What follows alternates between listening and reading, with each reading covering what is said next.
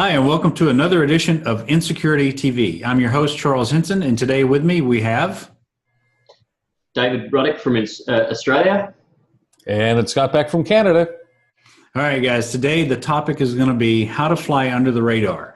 We're going to talk about geo-tracking on your phones, on your devices that you have, talking about some of the apps that we're using, and we're going to talk about why you need to turn off location services within certain apps.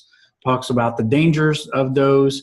And David, you and I had talked about this a while back, where you can go into your iPhone, and if you have not turned off tracking, you can actually see everywhere that you've visited for like the last several months.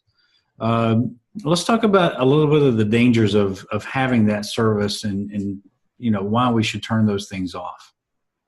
Yeah, sure, Charles. I mean, it's not just the Apple phones. The Google phones have been doing it as well. A lot of the applications, by default, if they do location services, will sit in the background and track your progress as well. And if you go back to the last episode where we were talking about big data, you got to ask yourself, why do they need to have this data stored permanently, or at least semi-permanently? What benefit does it provide for them? What benefit does it provide for you? And going off a little bit, but a few years back, there were applications that tracked people's where they were away from home, and you could then find out that the home was empty and people could rob you. Once this data's on the internet, what can be done to use with it, and what can be done which is used against you, I guess, is the big question. Sure. Scott, what's your take on it? I know that you made a comment about employers. Well, if you're trying to fly under the radar, probably the smart thing not to do is to be posting every little thing in your life on Facebook or on LinkedIn or on any of these social media apps, because that's just putting you out front and center to wherever you may be. And as HR departments and other employers are searching these things and looking for items regarding their staff or hiring practices, you don't want to be out there because something bad can come out of that. People have lost jobs. There could be employment problems. So it kind of defeats the whole purpose of flying under the radar if you're posting everything. There's a time and a place. There's an old saying that my mother used to say when I was growing up. There's a time and a place for everything. And you got to use your social media that way. And you got to remember what you're posting is going to be seen by whomever. But one of the other things, Charles, that I find very interesting with this geotagging, with phones. I mean, we basically have now put on a tether that's tracking wherever we go. I was down to New York for a drive last week. It was amazing to watch on my phone as it was telling me each new city as I was passing through. Their maps had now loaded into my system. My phone knew exactly where I was and was updating it. Now, I know, Charles, you had mentioned in the past that you'd turned that off on your phone. I wanted to see what it was actually going to do and how well it tracked, and it was scarily accurate. And if you've loaded different apps onto your phone that is sharing this information, talk about being geotagged and people knowing where you are. I mean, this thing is down to within a couple hundred feet accurate. It's scary accurate. It is. And there's several settings within the phone that can be changed. You can turn off the different tracking within the different apps under the privacy on your phone settings. You can go in and actually turn off tracking. So, for instance, the Starbucks app. I've had that app for a couple of years now. I use it all the time, every time I go into a Starbucks. What I noticed is every time I would get near a Starbucks or pull up to a Starbucks, the little icon would pop up in the bottom left-hand tray of my phone. It was like, well, wait a minute, how does it know that I'm here? So I went in and looked, and sure enough, location services were turned on and enabled for that app. So I set it to only when the app is open. Therefore, I can go and open the app and find the nearest Starbucks to me. And that's the way a lot of the apps are getting today, is by default, when you install it, what it wants to do is automatically tell you, hey, I need full access to where you're going and where you're going, so that what you're doing, so that I can, give you notifications of things around you. Yelp is real big about that. And so you can cancel that right there and then go into the settings later and make those settings. And Scott, you'd said this offline. You wouldn't want your employer to be monitoring and tracking and looking everywhere you're going throughout every hour of the day. people kind of get freaked out about that. But then what's happening with Google and Android?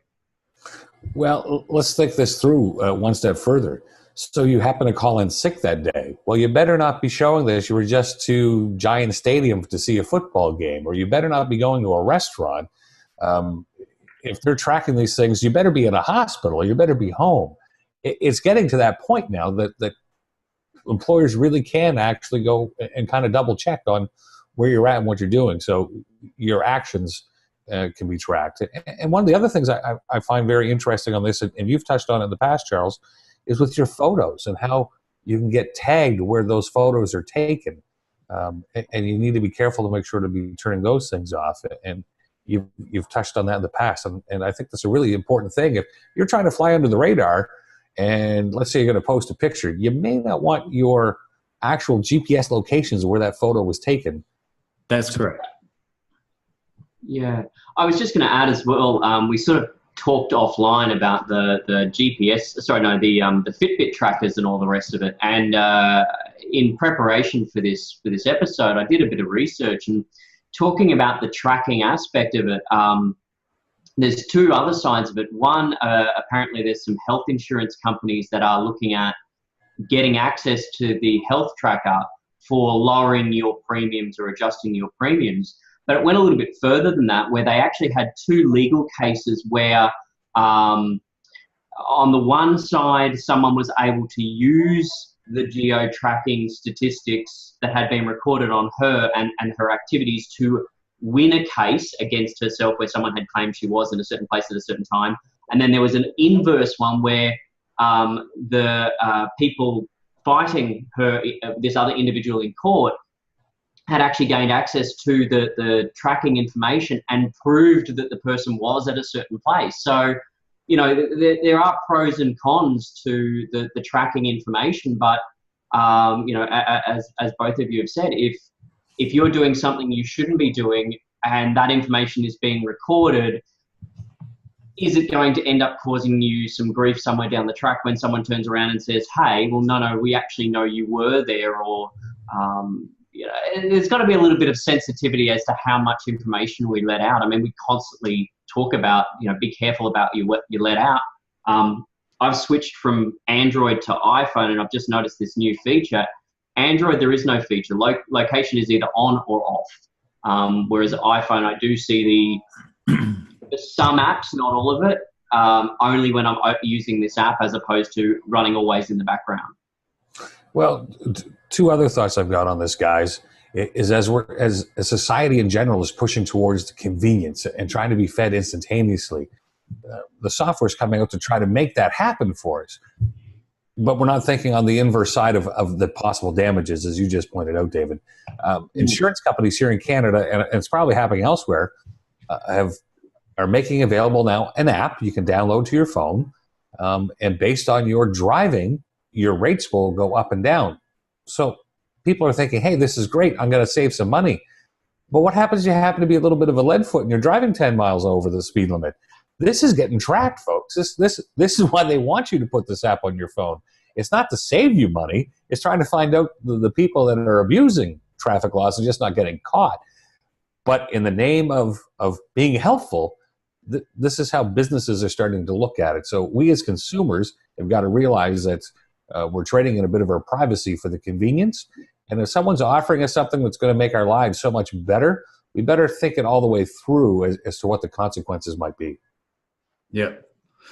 One of the things that I would say is you don't want to have tracking on your device turned on so that you can't constantly be looking. But there is a service that is enableable. You can put it on your phone, and it's Find My Phone. And the cool thing about that is it's not tracking your phone at all times. It's only looking for your phone when it's missing or lost or stolen. So if you were able to, log into iCloud or whatever, click to Find My Phone, then you could follow it on a GPS to see where it's going. So there's features that can be turned on and off. The dangers is leaving everything as default and just accepting any new app that pops on your phone to allow tracking of location and information. Tip for parents, and this can go bad for employers as well, but if you have kids and they have iPhones, turn on the Find My Phone. You might find it interesting to find out where that phone is going sometimes. Not saying that I may have done that in the past. Kids, hopefully you're not listening, but it's there. It's a good service. And again, it goes back to convenience and privacy. It was very convenient for me to know where my teenagers were with my vehicle. They had to give up their privacy in order to get an iPhone. It's give and take. Sure. David? I was just going to add to that, with the whole bring your own device mentality of businesses now, where BYOD, bring your own device, for those who don't understand, is that instead of the business providing you with a mobile phone or laptop, you bring your own into the environment. And from a business perspective, this creates a lot of challenges, but there is software to be installed on the mobile phones called mobile device management. Now, if your business requires you to install mobile device management on your own personal mobile phone, or even on the one they supply to you so that they can set certain policies, that does also give them the ability to track you where you are and what you're doing. And again, you know, coming back to the original example of someone calling in sick and then finding out that they weren't sick, yeah, there's a lot going on in the background, a lot of data being recorded that we probably overlook for, as Charles said, that making life simple. Yeah, and with the mobile device management software, the cool thing about the newer versions is they can actually set up a public profile and a private profile. So if it's an employee-owned device, then the corporate can install the software on the phone, but then if the employee is terminated or quits, then they can selectively wipe the corporate data off the phone, which is a protection for the corporation. And it also will prevent the corporation from getting sued if they wipe the entire device with personal information that belongs to you, the end user, the ex-employee. So I think from an employer point of view, having that kind of tracking and management is important to protect your corporate data. From a personal side, I think what you've learned from listening today is, hey, if you're going to be sick, your phone better be staying home. Absolutely. And be careful of posting pictures of you laying on the beach if you're sick, because although it's probably good to make you feel better as going to the beach, it's probably not wise for your employer to see it. Yeah, I think the thing is as well, look through all the security permissions. Me going back to Apple after such a long time on Android, I was surprised that so many apps actually wanted to run in the background. And it made me think, you know, what are the ones doing on the Android? So yeah, just go through your security permissions and just see what's going on there. And you know, the best advice I would give parents is, because these kids are using so many different apps, you know, Instagram, Snapchat, all these different things. They take selfies, they take pictures, they're posting them online. You know, I think back of the guy standing in the lettuce. I don't know if you guys remember that, but a guy was standing in a bucket of lettuce, and they noticed that, oh, well, that looks like a Burger King. Well, some online security guys downloaded the file, looked at the targeting, the tracking, the geo-tracking of the actual picture, knew exactly which Burger King it was, sent it to the officials. The police went there. They identified the guy by his pants and his shoes in the picture, and they arrested him for endangering other individuals, because literally, I mean, he's standing in a bucket of lettuce at Burger King thinking it's funny.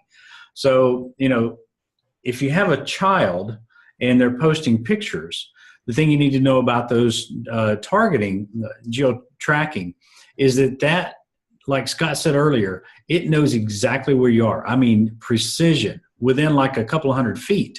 They can actually get so precise now that if your child is taking a picture of them in their bedroom and they're in the right, left side of the house, it knows where in that house that picture was taken. That's how accurate the GPS is. So if nothing else, you need to grab your kids' phones and turn that photo tracking off, so that no photos are there. You know, we've heard other stories of where people's camera has become missing on the beach. And the lady had her camera set up to automatically connect to Wi-Fi. And the kids that stole the camera took a bunch of pictures, as soon as it got near a hotspot that it recognized, it uploaded the pictures. She sent the pictures to the police. And the police said, oh, yeah, we know these kids. They're in trouble all the time. And they went back and they recovered the camera. So it's kind of scary, some of the tracking that can be done on these devices. Yeah. That freaks me out. But I guess just be very wary of the fact that these devices are smart for a reason. They are smart devices, and they're outsmarting us. Yeah, absolutely. So I think the tip of the week is going to be look on your phone, look under the security settings, and then look at location services and see how many of your apps are one of your location. And then think, does that app really need to know where I am? Or can I put in the information? Say you have StubHub and you want to buy tickets to an Atlanta Hawks game, but you don't live in Atlanta, you live in Nashville like I do. I keep geo-tracking off of StubHub. What do? I type in Atlanta Hawks. You know what it does? It shows me all the tickets available for the Hawks game. Geo-tracking does not have to be enabled on a device or on the app just to make it work. My favorite example of that, Charles, is the flashlight app. Why does the flashlight app need to know where you are? You're in the dark. You want light. It doesn't need to know where in the world you are. Yeah, absolutely. Perfect example. Yeah. All right, guys. Well, remember to fly under the radar, check your security settings, and think twice about posting what you're posting and making sure it's not a public post. That's all for today. We'll talk to you next time on InSecurITy.TV.